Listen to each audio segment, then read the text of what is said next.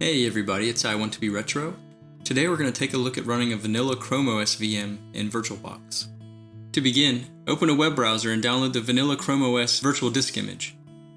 Extract the downloaded zip archive to reveal the VDI file. Next, launch VirtualBox Manager and create a new VM. Name the VM ChromiumOS and set the machine folder as needed. Then set the type to Linux and the version to Other Linux 32-bit. Set the memory allocation to 2 gigs.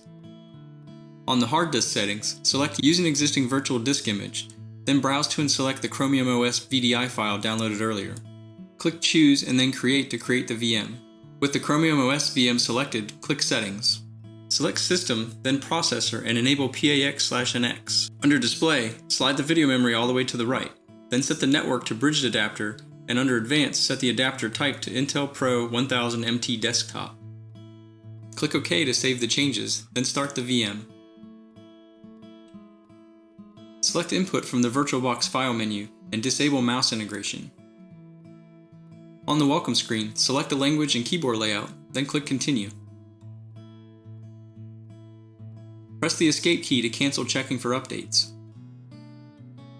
Click the Browse as Guest link at the bottom of the window. Welcome to ChromiumOS running as a VirtualBox VM.